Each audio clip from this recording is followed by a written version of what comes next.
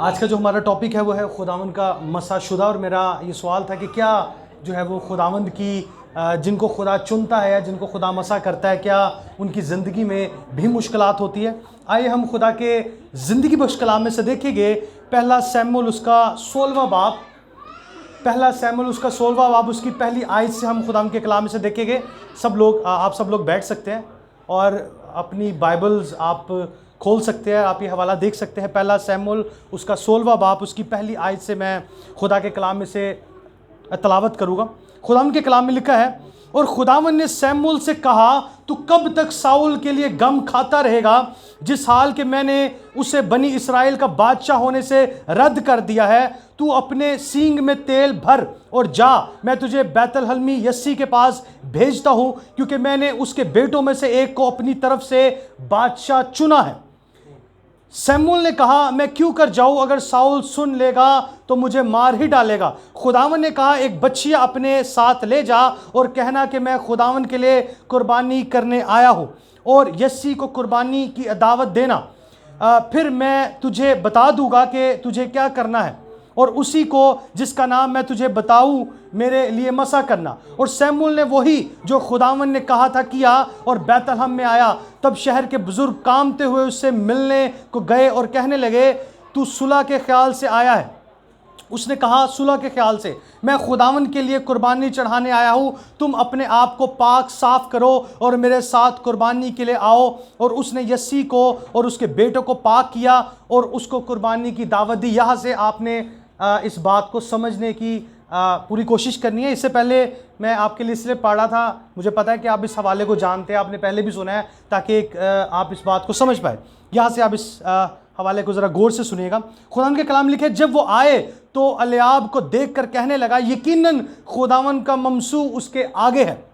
पर खुदावन ने सैमुएल से कहा, तू उसके चेहरा और उसके कद की बुलंदी को ना देख, इसलिए कि मैंने उसे नापसंद किया। खुदा ने क्या कहा कि तू उसके चेहरा को ना देख, उसके कद की बुलंदी को ना देख, क्योंकि मैंने उसे क्या किया, नापसंद किया। क्योंकि खुदावंद इंसान की मानिद नजर नहीं करता, इसलिए कि इंसान ज़ाहरी सूरत को देखता है, पर खुदावंद किस पर नजर करता है जी? खुदावंद दिल पर नजर करता है। खुदा के कलाम का पढ़ा जाना, सुना जाना और कबूल किया जाना हम सबों के लिए बाइस से बरकत ठहरे। यह हवाला आपने पहले भी बहुत बार सुना होगा, लेकिन आज हम इस हवाले के बारे में देखेंगे। ये जब आप सब लोग जानते हैं, जब खुदावंद जो है वो साउल को रद्द करता है, आप सब लोग इस बात से वाकफ़ है, जब खुदावंद साउल को रद्द करता है कि वो बादशाह ना हो, क्योंकि आपको पता है कि वो 2-3 गलतियां करता है साउल।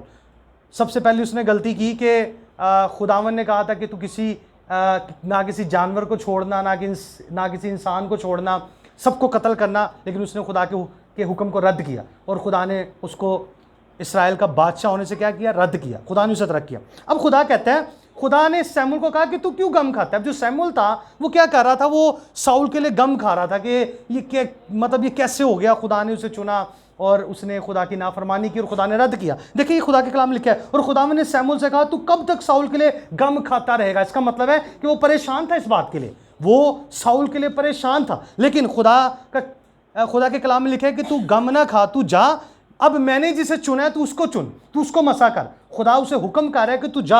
और वो ये भी कहता है कि अगर साउल को पता चलेगा तो वो मुझे क्या करेगा, कत्ल कर देगा, क्योंकि वो बादशाह है, अथॉरिटी है उसके पास, वो मुझे कत्ल कर देगा। लेकिन खुदा ने उसे हल बताया।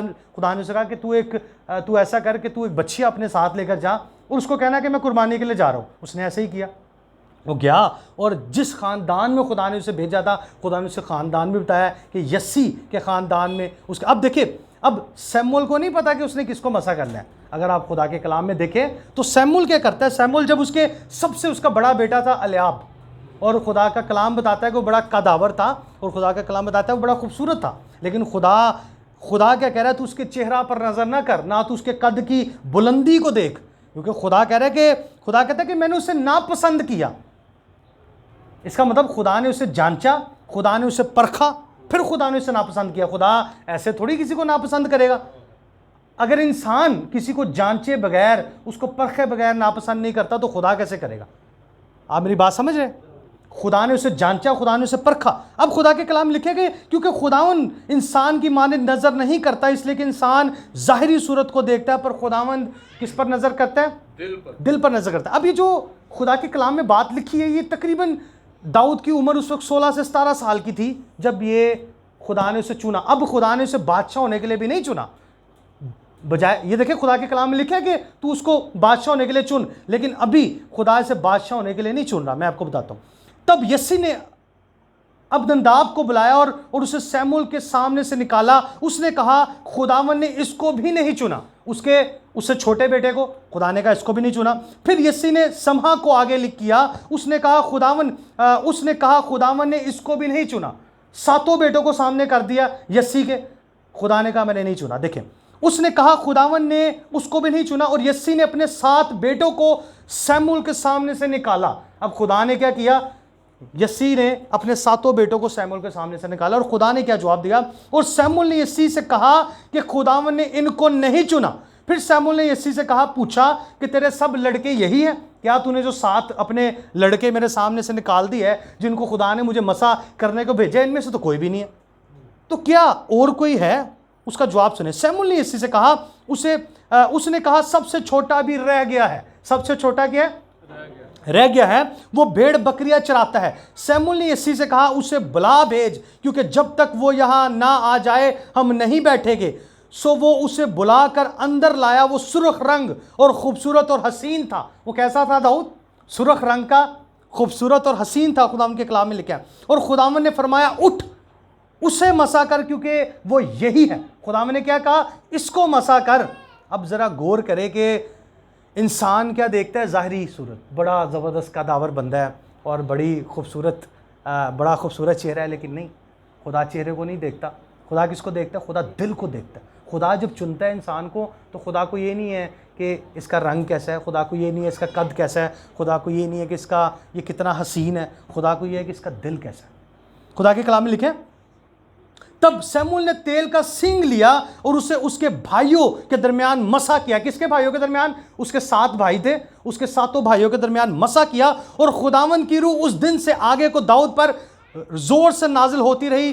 फिर सैमुअल उठकर रामा को चला गया। उस दिन से, वो 16-17 साल का है इस वक्त दाऊद। खुदा के कलाम में लिखा है कि 16-17 साल का जब था दाऊद, तो खुदा ने उसे सैमुअल के थ्रू मसा करवाया। और खुदा के कलाम लिखे उसी दिन से खुदावन की रूह उस पर जोर से नाजिल हुई। और क्या हुआ? नाजिल होती रही, ये नहीं कि हुई और चले गई। आप जरा बात हम इसको गौर से पढ़े तो लिखा है कि नाजिल होती रही। इसका मतलब है कि तब से नाजिल हुई तो उसकी आखिरी सांस तक रही। आप कह सकते हैं, आप ये कह सकते हैं ना कि आखिरी सांस तक रही। फिर सैमुअल उठकर रामा को चला गया। अब ये सारी स्टोरी आपने पहले भी सुनी है, सारा वाक्य आपने पहले सुना है। मैं आपको बताना चाहता हूँ कि इस वक्त दाऊद की उम्र 16 से 17 साल है, लेकिन इस वक्त वो इसराइल का बादशाह नहीं बना। 16 से 17 साल उसकी उम्र है, लेकिन वो बादशाह नहीं बना, चूँकि खुदा ने उसे बादशाह होने के लिए चुना, खुदा ने उसे मखसूस किया, लेकिन अभी वो बादशाह नहीं बना है। मेरे साथ देखिए, हम देखेंगे दूसरा सैमुअल, उसका दूसरा बाब, खुदा के कलाम में से दूसरा बाब, उसकी 3री आयत। खुदा के कलाम में से देखिए कि दूसरा सैमुअल, उसका दूसरा बाब, उसकी 3री आयत। खुदा के कलाम में यहाँ पर लिखा है, और दाऊद अपने साथ के आदमियों को भी एक एक के घराने समेत वहां ले गया, और वो जरून के शहरों में रहने लगे। कहाँ पे रहने लगे जी? जरून के शहरों में, ये यरूशलेम में है। तब यहूदा के लोग आए और वहां उन्होंने दाऊद को मसा करके यहूदा के खानदान का बादशाह बनाया। क्या किया जी? तब बादशाह नहीं बनाया, जब सैमुअल ने मसा किया तब वो बादशाह नहीं बना था। खुदा के कलाम में लिखा है, अब ये बात तकरीबन 13 साल बाद की बात है, 13-14 साल बाद की बात ये वाक़ई है। अब इस वक्त दाऊद की उम्र 30 साल हो गई है। वो तब उसकी उम्र थी 16 से 17 साल। 16 से 17 साल में उसको सैमुअल ने मसा किया, और 16 से 17 साल बाद आप जरा देखें कि सैमुअल ने उसे जब मसा किया तो साउल उसका क्या हो गया? दुश्मन बन गया।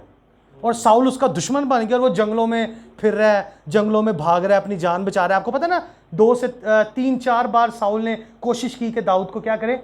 कत्ल करे, लेकिन खुदा ने उस पर, खुदा के कलाम लिखे है। अब देखिए, खुदा की रूह भी उसके साथ है। खुदा के कलाम लिखे है कि नाजिल होती रही, खुदा उसके साथ है, खुदा की रूह उसके साथ है, लेकिन प्रॉब्लम्स में है वो फिर तकलीफ़ों में है, वो तंगियों में। साउल उसके पीछे है, वो जंगलों में भाग रहा है, वो कभी किधर जाता है, कभी किधर जाता है, प्रॉब्लम में। इसका मतलब ये नहीं कि खुदा ने मसा कर दिया तो उसकी ज़िंदगी में प्रॉब्लम नहीं आई। दरअसल खुदा उसको अब देखेगा। खुदा ने जब उसको चुन लिया, 13 साल तकरीबन, अगर वो 16-17 साल का है तो 30 साल की उम्र में किसका बादशाह बना? यहूदा का बादशाह बना। और आपको खुदा के कलाम में लिखा है कि 7 साल उसने यरूशलेम पर, यहूदा पर सल्तनत की। इसका मतलब है 30 साल की उम्र में 13 साल उसको वेट करना पड़ा। 13 साल उसने वेट किया और 13 साल जो खुदा ने उसकी, देखिए जब साल, देखिए एक बात समझने की ज़रूरत है कि जब सैमुअल ने उसे मसा किया तो वो जानता था कि खुदा ने मुझे बादशाह होने के लिए मसा किया, इसराइल का बादशाह होने के लिए। लेकिन ये वक्त एकदम नहीं आया, उसको उन प्रॉब्लम से गुजरना पड़ा। क्योंकि आप सब लोग जानते हैं कि जब हम मुसीबतों से निकलते हैं तो खुदा में क्या करता है?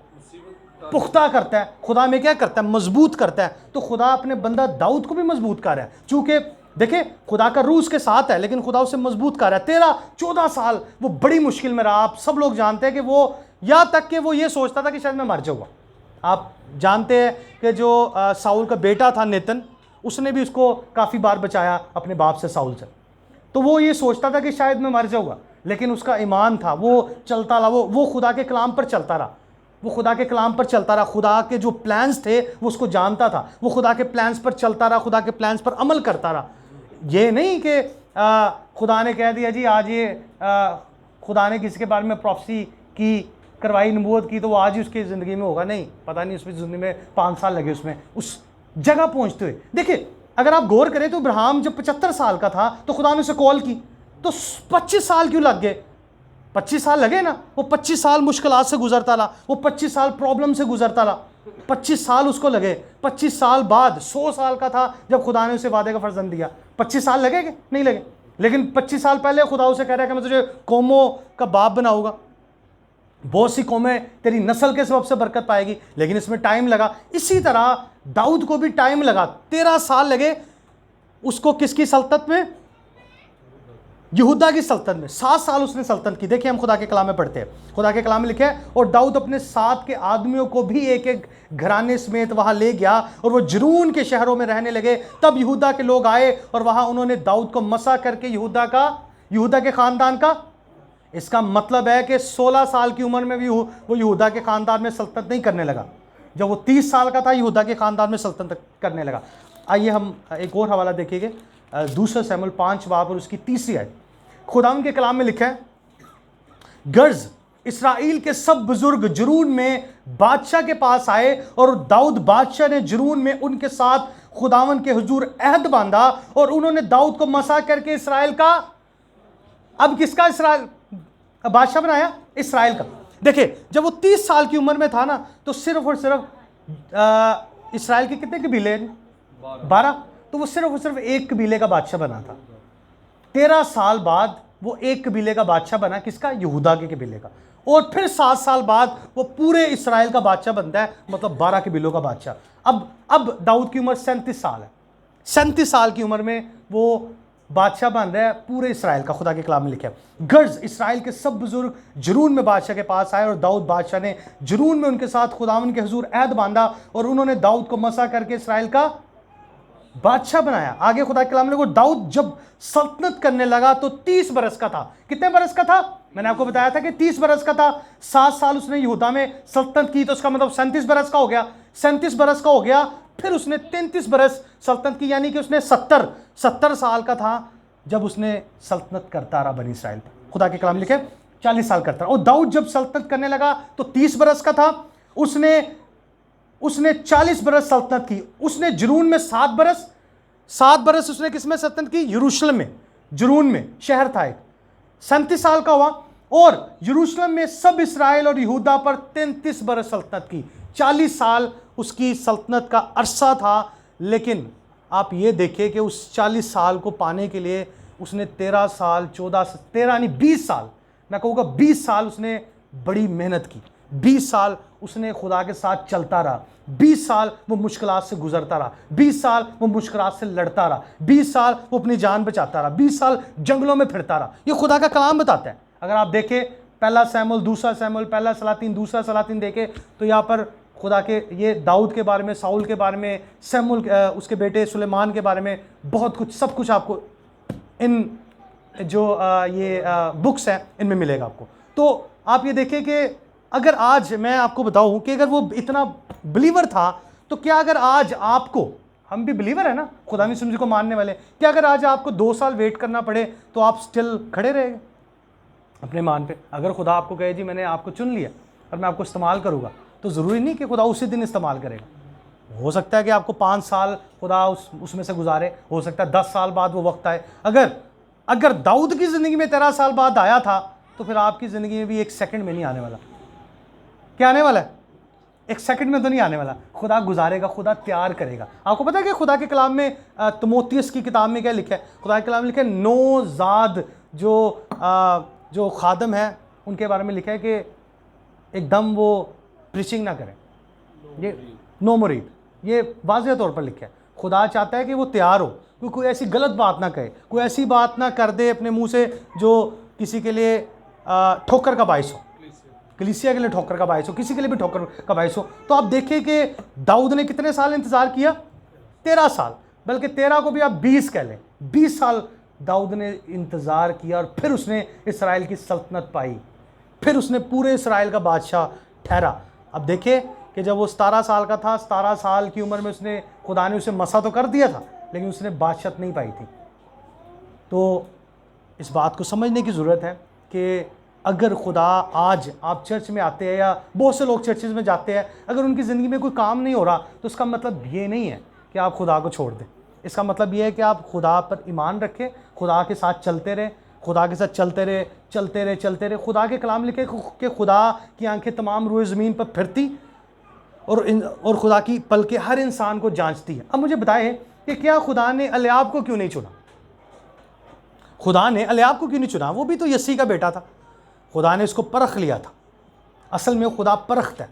और आपको मैं बात बताऊं, खुदा तब तक ये बात आप कह लें कि 100% है। खुदा तब तक किसी को प्रमोट नहीं करता, तब तक प्रमोशन नहीं करता, जब तक खुदा उसको देखता नहीं, जब तक खुदा उसको टेस्ट नहीं करता।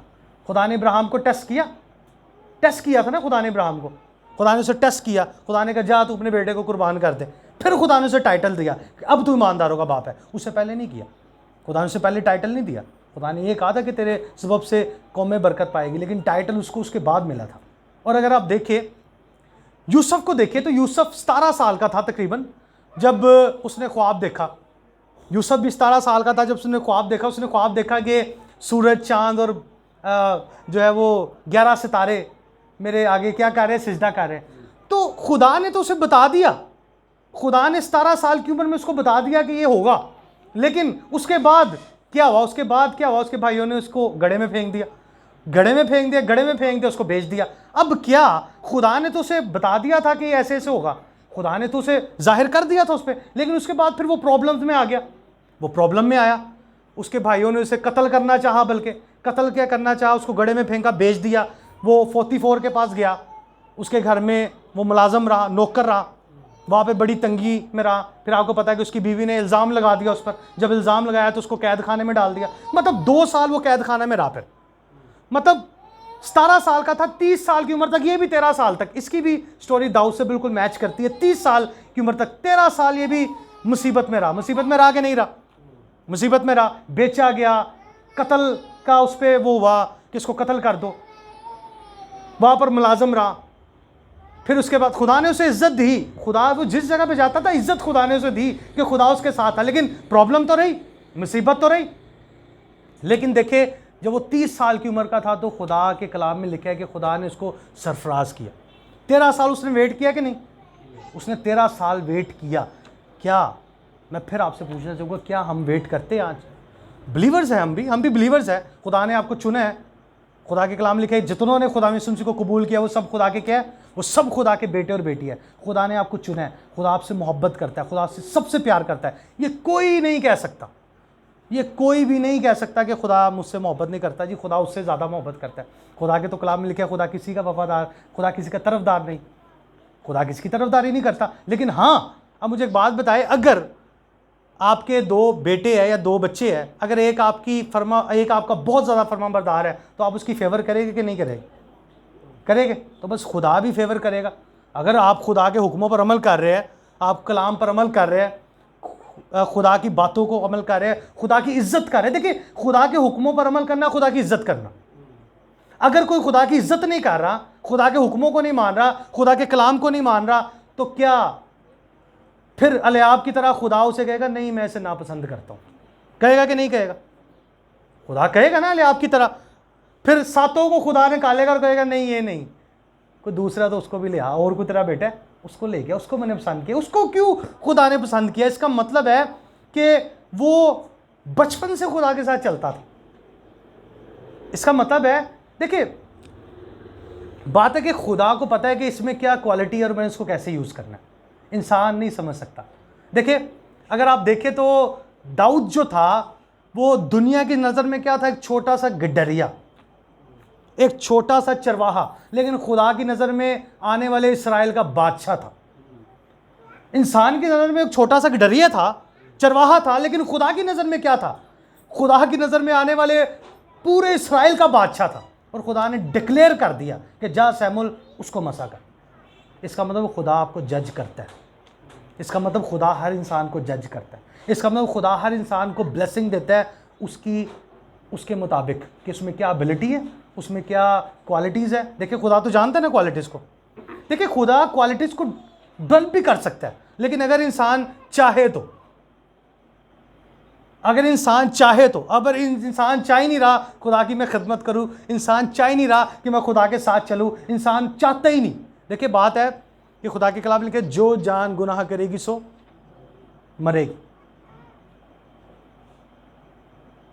तो अगर आप चाहते हैं कि आपको खुदा दाऊद की तरह खुदा कहे कि यस्सी का बेटा मेरे दिल के मुआफिक मुझे मिल गया, देखिए खुदा ने कुछ देखा होगा उसके अंदर।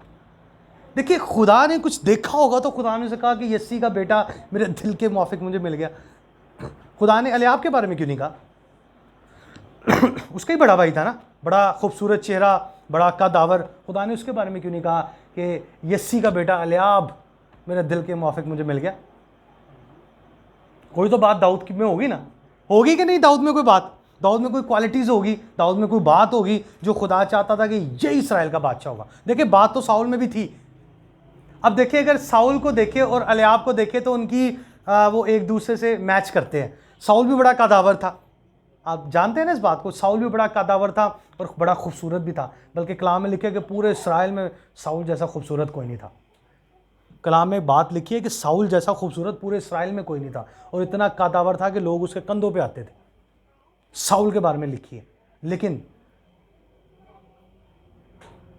क्या खूबसूरती और क्या सिर्फ कद और क्या सिर्फ ज़ाहरी जो हमारी खूबसूरती है वो हमें खुदा के करीब लेके जा सकती? नहीं, खुदा दिल को देखता है। क्योंकि खुदा के कलाम में भी हमने पढ़ा कि खुदा ने कलाम में वाज़ेह तौर पर लिखा कि खुदा इंसान नहीं जो ज़ाहरी सूरत को देखे, बल्कि खुदा दिल पर नज़र करता है। इसीलिए खुदा के कलाम में खुदा ने फरमाया कि मैं दिल के दरवाज़ा पर खड़ा क्या करता हूँ जी? खटखटाता हूँ। जो कोई खोलेगा मैं उसके साथ आऊँगा, मैं उसके पास आऊँगा और उसके साथ क्या खाऊँगा? खाना खाऊँगा। खाने का मतलब रफ़ाकत रखूँगा, रफ़ाकत, फेलोशिप करूँगा। और जिसके साथ खुदा की फेलोशिप हो या पाखरू की फेलोशिप हो, खुदा बाप, खुदा बेटा, खुदा पाखरू की फेलोशिप हो, वो बाइस बरकत होगा कि नहीं होगा? वो बाइस बरकत होगा। बल्कि वो अपने घराने के लिए नहीं, बहुत से घरानों के लिए, बहुत सी कौमों के लिए बाइस बरकत ठहरेगा। ठहर सकता है कि नहीं ठहर सकता? जिसके साथ खुदा है वो बहुत सी, लेकिन देखिए बात ये नहीं कि एकदम वक्त लग सकता है। अगर दाऊद को 13 साल लगे, अगर यूसुफ को 13 साल लगे, अगर देखें तो इब्राहिम को 25 साल लगे, अगर आप देखें तो मूसा को 40 साल लगे। मूसा 80 साल का था जब वो फ़िरौन के सामने आया। आप सब लोग जानते हैं इस बात को। 80 साल का था जब वो फ़िरौन के सामने आया और 120 साल में उसकी डेथ हो गई। 40 साल उसको लग गए वहाँ पे पहुँचाते। इसका मतलब 40 साल। आपको इस बात का पता है कि 40 साल वो मुश्किलात में रहा। लोग बुड़बुड़ाते थे, तू ये, उसको बल्कि कत्ल करने की हद तक जाते थे। मूसा को आप जानते हैं, वो खुदा का चुना हुआ नहीं था, खुदा उसके साथ नहीं था। प्रॉब्लम्स आती है, तंगियाँ भी आती, बीमारियाँ भी आती, मुश्किलात भी आती है, लेकिन बात यह कि खुदा को नहीं छोड़ना। बात यह है कि हर वक्त खुदा के कलाम में एक बड़ी खूबसूरत बात लिखी है जो हम अक्सर बोलते हैं कि हर वक्त और हर एक बात में खुदा उनकी क्या करो? शुक्रगुजारी करो। और खुदा के कलाम लिखे मसीह यीशु में तुम्हारी बाबत खुदा की यही मर्जी है। खुदा की ये मर्जी है कि हम हर वक्त और हर बात में क्या करें जी? खुदा उनकी शुक्रगुजारी करें। मुश्किलात आती है तो खुदा का शुक्र करे ना, खुदा का शुक्र करे। खुदा अगर ये मुश्किल है तो मैं तेरा शुक्र करती हूँ, तू ही दूर करेगा मेरा ईमान। तो फिर खुदा दूर नहीं करेगा? खुदा के तो कलाम में लिखा है कि खुदा दुआओं को सुनता है और दुआओं का क्या देता है, जवाब देता है। अगर हम आस्तर को देखें तो आस्तर जब चुनी गई तो वो जवान थी। देखिए जब उसकी शादी हुई तो जवान थी, बूढ़ी की तो शादी नहीं ना हुई आस्तर की, तो वो जवान थी। और जब वो जवान थी तो खुदा ने उसे चुना और खुदा ने उसको बादशाह के साथ जोड़ दिया। और आपको पता है बहुत साल बाद वो वाकया हुआ कि उसने इसराइल को बचाया। बहुत साल बाद वो बादशाह के पास गई, इतना कम अरसा नहीं लगा, वो भी बड़ी मुश्किलात में पड़ी, लेकिन उसने अपनी जवानी खुदा को दी। खुदा के कलाम में लिखा है कि जवानी के फर्जंद ऐसे है जैसे ज़बरदस्त का है कि हाथ में क्या, तीर। और मैं आपको एक बड़ी खास बताना चाहता हूँ, जो लोग अपनी जवानी में खुदा के साथ है ना, खुदा उनके बुढ़ापे में भी उनके साथ है। खुदा है साथ के नहीं, खुदा छोड़ेगा? अगर कोई अपनी जवानी खुदा को दे दे तो क्या खुदा उसे छोड़ेगा?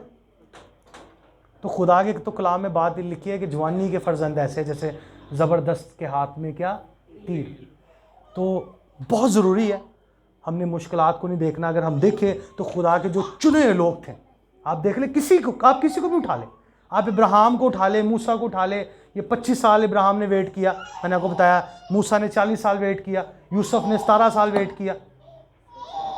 इसहाक को देख ले, 20 साल वेट किया। इसहाक की जो बीवी थी रिबका, वो भांज थी, 20 साल बाद औलाद आई। 40 साल का था इसहाक जब उसकी शादी हुई। 60 साल की उम्र में उसका बेटा हुआ, उसके बेटे हुए 2, ईसू और याकूब। 20 साल मुश्किलात में रहा कि नहीं रहा? 20 साल बाद खुदा ने उसे बेटे की बरकत दी। तो ये नहीं है कि बिलीवर्स जो है उनकी ज़िंदगी में प्रॉब्लम्स नहीं होती, लेकिन एक बात याद रखिए, प्रॉब्लम्स अगर हो भी तो खुदा साथ होता है उनके, और खुदा निकालता है। खुदा सोर्स पैदा करता है, खुदा वसाइल पैदा करता है, खुदा ऐसे हालात पैदा करता है कि खुदा निकालता है। अगर आज जो बात सीखनी है वो ये सीखनी है कि अगर ये जो बिलीवर्स थे, जो खुदा के चुने हुए लोग थे, अगर उनकी ज़िंदगी में मुश्किलात थी तो खुदा ने उनको उन मुश्किलात से निकाला। तो आप भी खुदा के चुने हुए। खुदा के कलाम में क्या लिखा है कि तुम रूल कुदस का मकदस हो और खुदा का रूह तुम में बसा हुआ है। तुम अपने नहीं बल्कि कीमत से, बस अपने बंदों से खुदा का जलाल जाहिर करो। आप किससे खरीदे गए जी? कीमत से खरीदे गए। जब आप यीशु के लहू से खरीदे गए हैं। अच्छा, मैं एक चीज़ सीख रहा था, वो ऐसे सीख रहा था कि खुदा ने जब आसमान को बनाया तो खुदा को कोई कॉस्ट तो नहीं पड़ी, उसकी कोई कॉस्ट पड़ी जी खुदा को जब खुदा ने आसमान बनाया? सिंह भाई कुछ नहीं। जब खुदा ने ज़मीन को बनाया तो कोई कॉस्ट पड़ी? जब खुदा ने समुंदर, पहाड़ों को, दरियाओं को, बड़े बड़े धातुओं को, सब कुछ बनाया, कॉस्ट पड़ी? लेकिन एक जान को बचाने के लिए बहुत बड़ी कॉस्ट पड़ी, खुदा के बेटे का लहू। पड़ी कि नहीं पड़ी? इसका मतलब है कि सबसे कीमती खुदा की नज़र में क्या है? इंसान सबसे कीमती। फरिश्ते नहीं है, फरिश्तों के लिए तो नहीं यीशु ने खून बहाया। किसके लिए खून बहाया? आपके लिए। तो सबसे कीमती अगर कोई चीज़ खुदा की नज़र में वो इंसानी ज़िंदगी है, क्योंकि आसमान को बनाने के लिए कोई कॉस्ट नहीं खुदा ने दी, समुंदर को बनाने के लिए कोई कॉस्ट नहीं दी, लेकिन आपको बचाने के लिए अपने बेटे यीशु का लहू बहा दी। इससे बड़ी कॉस्ट क्या? तो फिर आप तो बड़े कीमती हैं। सबसे कीमती दुनिया में अगर कोई है वो आसमान और ज़मीन, पहाड़ नहीं है, समुंदर नहीं है, तो खुदा की बरकतें है। सबसे कीमती अगर कोई खुदा की नज़र में तो वो इंसानी जान है, क्योंकि खुदा के कलाम लिखे, खुदा किसी गुनाहगार की हलाकत नहीं चाहता, बल्कि क्या चाहता है जी? सब की तौबा तक नौबत पहुँचे। खुदा चाहता है कि सब की तौबा तक नौबत पहुँचे और हर जान बचे। ये खुदा की मर्ज़ी है और यही खुदा चाहता है। खुदावंद इस कलाम के वसीला से आपको बड़ी बरकत दे। आमीन।